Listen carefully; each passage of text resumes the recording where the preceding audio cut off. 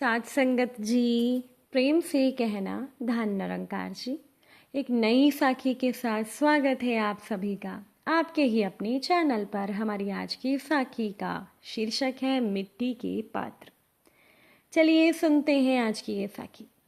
साथ संगत जी, आज के समय में जब छोटे से छोटे मंदिरों में भी भगवान को चांदी के पात्रों में नैवेद्य अर्पित किया जाता है, तो क्या कारण है कि साक्षात लक्ष्मीपति हीरे के मुकुट धारण करने वाले, नवरत्नों के आभूषण से भूषित होने वाले भगवान वेंकटेश्वर को नैवेद्य मिट्टी के पात्रों में निवेदित किया जाता है। वैसे तो भगवान किसी भी व्यक्ति से प्रेम करने के लिए उसका कुल, जाति, रूप, रंग, योग्यता, विद्वता, धन, ऐश्वर्य या चतुराई कुछ नहीं देखते। वे तो केवल उसके हृदय के भाव और अपने लिए उसका प्रेम और समर्पण देखते हैं। फिर उसकी प्रेम डोर से ऐसे उलझ जाते हैं कि उसके लिए भगवान अपने मान की परवाह भी नहीं करते। इसीलिए तो कहते हैं भगत के वश में है भगवान। ऐसा ही एक प्रसंग भगवान वेंकटेश्वर और उनके अनन्य भगत कुम्हार भीम का है। साथ संगत जी, कलयुग में दक्षिण भारत का वेंकटाचल भगवान विष्णु का नित्य निवास स्थान है। महर्षि अगस्त्य की प्रार्थना से भगवान विष्णु ने वेंकटाचल को अपना निवास स्थान बनाया। आजकल ये स्थान तिरुमाला के नाम से प्रसिद्ध है। बहुत पुराने समय की बात है। वेंकटाचल के समीप कूर्म ग्राम में कुम्हार रहता था। उसका नाम भीम और उसकी पत्नी का नाम तमालनी था। दोनों ही पति पत्नी भगवान वेंकटेश्वर के अनन्य भगत थे। कुम्हार भीम ने अपने ही घर में मिट्टी से भगवान वेंकटेश्वर की मूर्ति और सिंहासन बना लिए थे और मिट्टी के ही पुष्प बनाकर उनको भगवान पर अर्पित किया करता था। कृष्णावतार में जिस प्रकार गोपियों का मन श्री कृष्ण में अटक गया था और श्री कृष्ण के लिए गोपियों ने अपनी सारी कामनाएं, निज सुख छोड़ दिए, वे सब जगह भगवान कृष्ण का ही अनुभव करती और अपना सर्वस्व भगवान में समर्पण करके केवल उन्हीं की ही समृद्धि रूपी धन को अपने पास रखती थी। उसी प्रकार से भीम और उसकी पत्नी तमालिनी सुबह उठकर रात को सोने तक घर साफ करते, खाना बनाते समय घड़े बनाने के लिए मिट्टी जमा करते हुए, मिट्टी तैयार करते हुए, चाक चलाते हुए, घड़ों को आंच पर पकाते हुए बाजार में बेचते समय श्रीनिवास जय बालाजी नाम ही जपते रहते थे। नाम स्मरण के सिवा उन्हें और कोई चिंता ही नहीं थी और गांव के लोग उनको पागल समझते थे।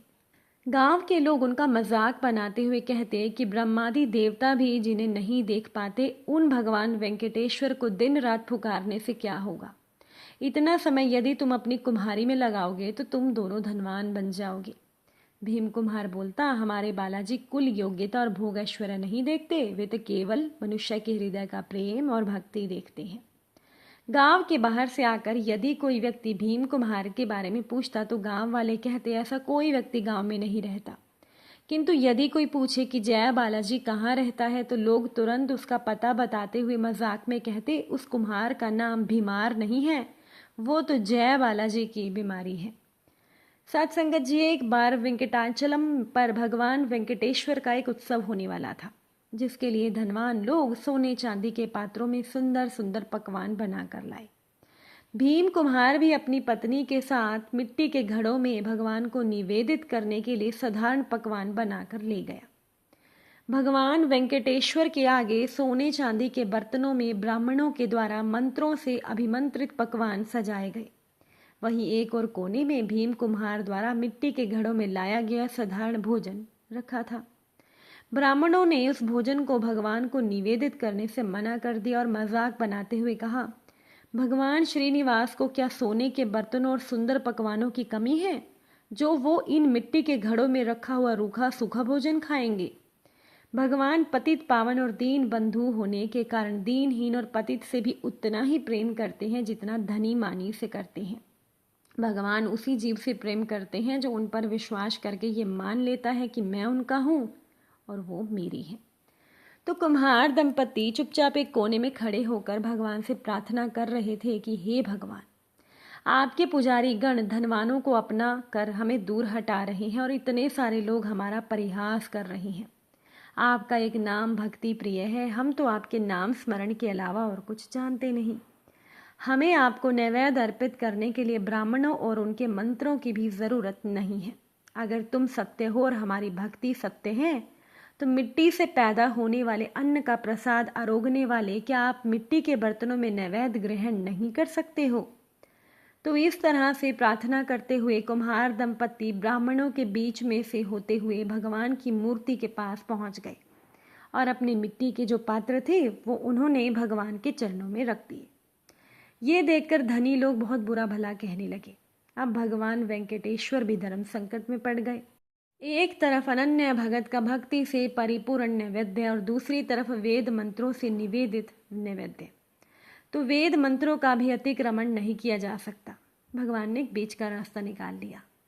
आकाशवाणी हुई कि आज से मेरा नैवेद्य निवेदन वेद मंत्रों से अभिमंत्रित ही हो, किंतु सब मंत्रों से ऊपर मेरे प्रिय भक्तों का हृदय है, जहाँ मैं सदैव विराजमान रहता हूँ।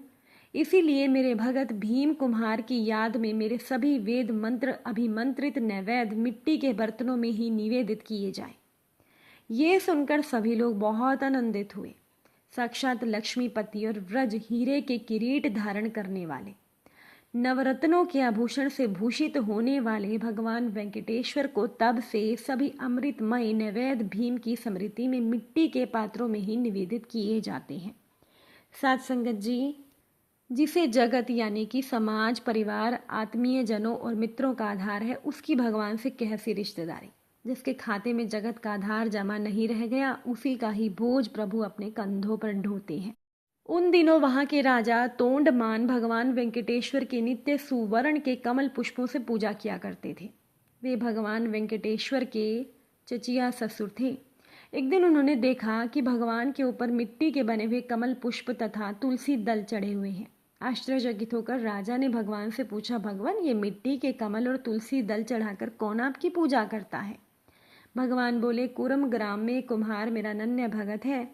वो अपने घर में बैठकर मेरी पूजा करता है और मैं उसकी सेवा स्वीकार करता हूँ। तो राजा तोंडमान उस भगत शिरोमणि कुम्हार का दर्शन करने उसके घर गए और बोले, मैं तुम्हारा दर्शन करने आया हूँ, बताओ तुम भगवान की पूजा कैसे करते हो? कुम्हार ने कहा, महाराज, मैं क्या जानूँ भगवान की पूजा कैसे की जाती है? आपको किसने कह दिया कि कुम्हार पूजा करता है? राजा बोले, स्वयं भगवान ने तुम्हारे पूजन की बात कही। राजा की बात सुनकर कुम्हार को पूरब में भगवान वेंकटेश्वर द्वारा दिए गए वरदान की स्मृति हो आई, जिसमें भगवान ने कहा था कि जब तुम्हारी की हुई पूजा प्रकाशित हो जाएगी और राजा तोंडमान तुम्हारे घर आएंगे, उसी समय तुम्हें परम धाम की प्राप्ति हो जाएगी। साथ संगत जी, तभी एक विमान जिसमें साक्षात भगवान विष्णु विराजमान थे आकाश से उतरा। कुम्हार की पत्नी ने भगवान को मिट्टी से बने पीठे पर जब बैठाया, मिट्टी के पात्र में ही जल और रूखा सूखा भोजन परोस दिया। भगवान के सामने हाथ जोड़कर दोनों पति पत्नी बोले, भगवान, हम अत्यंत दरिद्र हैं। जो कुछ हमारे पास है वही आपकी सेवा में निवेदित कर रहे हैं, इसे स्वीकार करें।